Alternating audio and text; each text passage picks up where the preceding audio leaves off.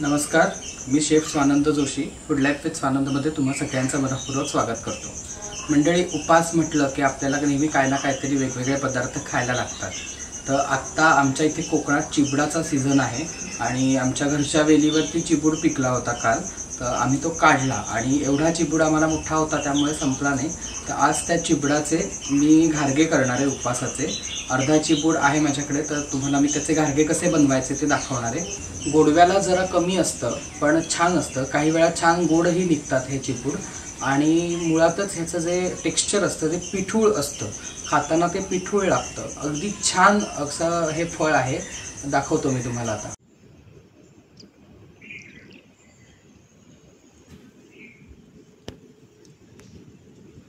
तर चला करायची सुरुवात। इथे मी हा चिबूड घेतलाय, तुम्ही बघू शकता छान पिकलाय हा। ह्याची सालं जी आहेत ती आपोआप आता सुटायला लागलेत। तर हा चिबूड आपल्याला एवढा सगळा लागणार नाहीये, जेवढा लागणार आहे तेवढा मी ह्यातला कापून घेतो। इथे तुम्ही बघू शकता छान तयार झालाय। आता ह्याच्या ज्या बिया आहेत ते आपल्याला काढून टाकायच्या आहेत।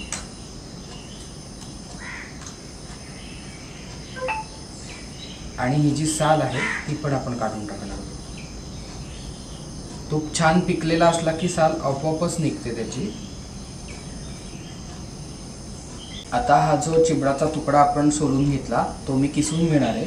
मुळातच हा पिठूळ असतो त्यामुळे जास्त किसायची गरज नाही, पण आपण हे जे गारगे करणार आहोत त्याच्यामध्ये फोडी येऊ नये आणि आपलं जे गारगा आहे तो फाटू नये यासाठी मी हा छान किसून घेणार आहे, म्हणजे तो एकजीव होईल, एकसंध येईल।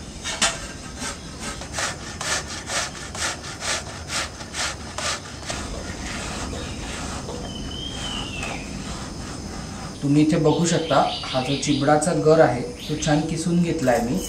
याला स्वतःच असं भरपूर पाणी असतं त्यामुळे आपल्याला हे पीठ भिजवताना वेगळं पाणी वापरायची गरज नाही आहे, याच्याच रसामध्ये आपल्याला पीठ भिजवायचं आहे। तर आता इथे मी घेतलाय गूळ, बारीक चिरून घेतलाय हा गूळ जो आहे तो, आणि ह्या चिबडामध्ये छान मिक्स करून घ्यायचा आहे तो आपल्याला। तर इथे मी अर्धी वाटी गूळ घेतलाय, तुम्ही तुमच्या आवडीप्रमाणे कमी जास्त ह्याचं प्रमाण करू शकता। एक मोठी चिबडाची फोड घेतली होती त्यासाठी साधारण अर्धी वाटी गूळ घेतलाय। आता हा जो गूळ आहे तो ह्या चिबडाबरोबर आपण छान मिक्स करून घेऊया। हा जो गूळ आहे तो चिबडाच्या पाण्यामध्ये विरघळतो, छान विरघळवून घ्यायचा आहे, खडा नाही अजिबात राहता कामा। या स्टेजला तुम्ही गुळाची पावडर सुद्धा यामध्ये वापरू शकता। गुळाच्या पावडरीने काम अगदी झटकन होतं। आणि जर गूळ वापरणार असाल तर शक्यतो जो मऊ गूळ असतो तो किसून वापरायचा, म्हणजे ह्याचे खडे राहत नाही। इथे तुम्ही बघू शकता सगळा गूळ मी छान मिक्स करून घेतलाय, अजिबात ह्याच्यात गुळाचा खडा नाही आहे। आणि हे जे मिश्रण आहे ते व्यवस्थित पातळ आहे, छान रस तयार झाला आहे हा चिबडाचा। आता ह्यामध्ये आपल्याला पिठं घालायचे आहेत, त्याच्यासाठी इथे मी वरीचं पीठ आणि साबुदाण्याचं पीठ घेतलं आहे। तुमच्याकडे उपवासाचं आणखीन कुठलं पीठ असेल तर ते सुद्धा तुम्ही यामध्ये वापरू शकता, जसं की राजगिऱ्याचं, शिंगाड्याचं, कुठलंही।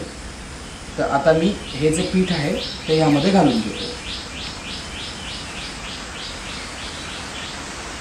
आता आपण ह्यात हे साबुदाण्याचं पीठ घालूया, लागेल तसं पीठ घालायचं आहे। हे पीठ मी 1 वाटी घेतलं आहे वरईचं। आता साबुदाण्याचं पण तेवढंच घालूया, कारण ह्याला पाणी असतं त्यामुळे 2 वाट्या पीठ तरी नक्की लागेल। जर लागलं तर आणखीन आपण थोडं साबुदाण्याचं पीठ ह्याच्यात ॲड करणार आहोत।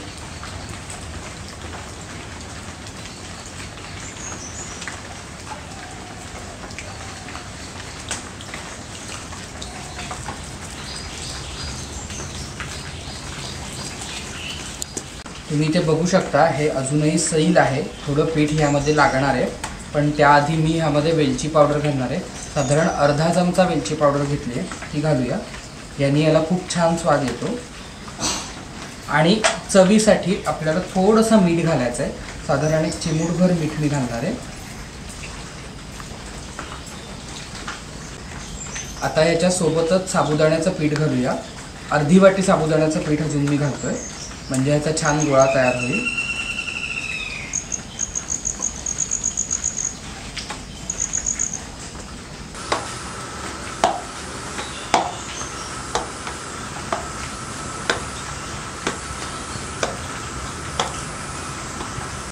तुम्ही इथे बघू शकता ह्याचा गोळा तयार झालाय छान। सैलसरच गोळा ठेवला आहे. खूप जास्त आपण पोळीची कणिक मळतो तसं पीठ मळायचं नाही आहे, कारण आपल्याला ह्याचे घारगे थापायचे आहेत पानावरती आणि मग आपण ते तळणार आहोत. त्यामुळे थोडंसं सैलसरच ठेवलं आहे. साबुदाण्याचं पीठ घातलं आहे त्यामुळे ते आणखीन फुगेल थोड्या वेळाने, जसं हे मुरेल तसं. आता एक 10 मिनटं आपल्याला हे असंच मुरत ठेवायचं आहे आणि 10 मिनटं झाली की मग आपण ह्याचे घारगे करूया. हे जे घारगे आहेत ते तळण्यासाठी आता इथे मी तेल गरम करायला ठेवलं आहे. मी तेलात तळणार आहे, तुम्ही तुपातही हे तळू शकता. दुसरं म्हणजे हे थापायला मी इथे केळीचं पान घेतलं आहे पोलपाटावर आणि त्याला तूप लावून घेतलं आहे. हाताला पण थोडंसं तूप लावून घ्यायचं. इथे मी साजूक तूप घेतलं आहे, हाताला थोडंसं तूप लावून घेऊ. ह्यातला एक छोटासा गोळा घ्यायचा आहे, हातावरती छान गोळा करून घ्यायचा आहे त्याचा.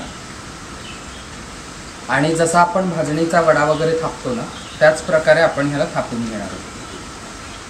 खूप पातळही नाही आणि खूप जाडही नाही असं आपल्याला ह्याला थापायचं आहे.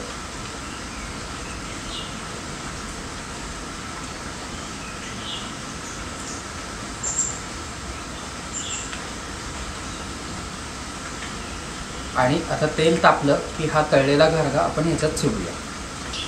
इथे आपलं तेल आता छान गरम झालं आहे. मी हा वडा काढून घेतो, आपण जे घारगा केला तो, आणि तेलात सोडून घेतो.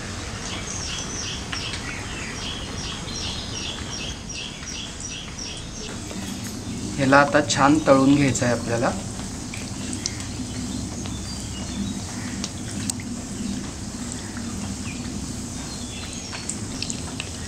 तुम्ही बघू शकता किती छान टम्म गरगरीत फुगला आहे हा. दोन्हीकडनं आता छान ह्याला रंग येईपर्यंत आपण तळून घेऊया.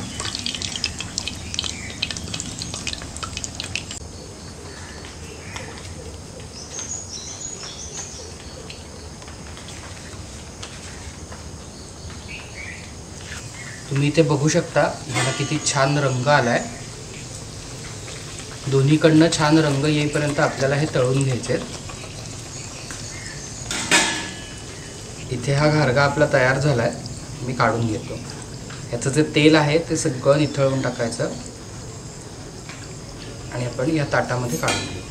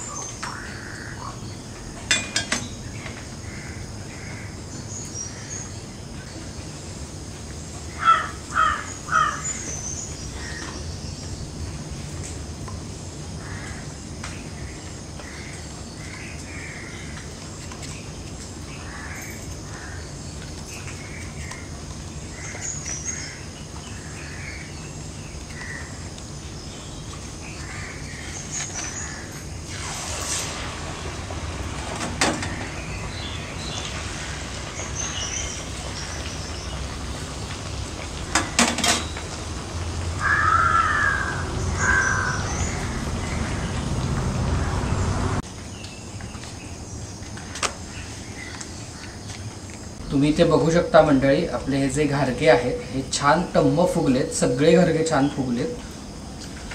हे घारगे तळत असताना गॅसची जी फ्लेम आहे ती मीडियम पाहिजे. तेल जे आहे ते मीडियम गरम पाहिजे. खूप जास्त गरमही नको आणि खूप जास्त आपल्याला अगदी काय म्हणतो आपण कमी गरम तेलातही तळायचे नाही आहेत. नाहीतर काय होतं, एकदम जर तुम्ही कमी गरम तेलात तर ते पसरतात. आणि दुसरी गोष्ट, खूप तेल पितात जर कमी गरम तेलात तळले तर. आणि जर खूप जास्त आपण गरम तेलात तळले तर एकदम त्याचा रंग बदलतो आणि आतमध्ये ते कच्चे राहतात. त्यामुळे मीडियम फ्लेमवरती छान आपल्याला ह्याला तळून घ्यायचं आहे. आता आपण हे सर्व करूया. हे जे घारगे आहेत उपासाचे ते तुम्ही उपासाच्या लोणच्याबरोबर खाऊ शकता किंवा नुसतेच असे साजूक तुपाबरोबरही खाऊ शकता.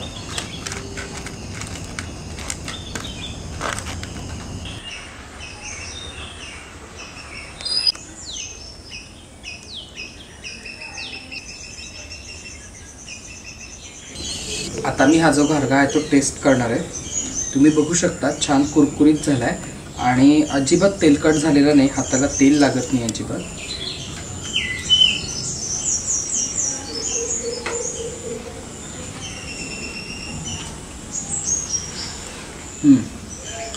खूप छान झालेत.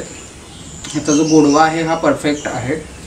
तुम्हाला जर आवडत असेल तर तुम्ही थोडं गोड ह्यामध्ये आणखीन घेऊ शकता, आपण जे प्रमाण घेतलं आहे त्यापेक्षा. नक्की करून बघा तुम्ही पण, आणि रेसिपी कशी वाटली हे नक्की मला कमेंटमध्ये कळवा. जास्तीत जास्त लोकांपर्यंत शेअर करा आणि सगळ्यात महत्त्वाचं म्हणजे सबस्क्राईब करायला विसरू नका. धन्यवाद.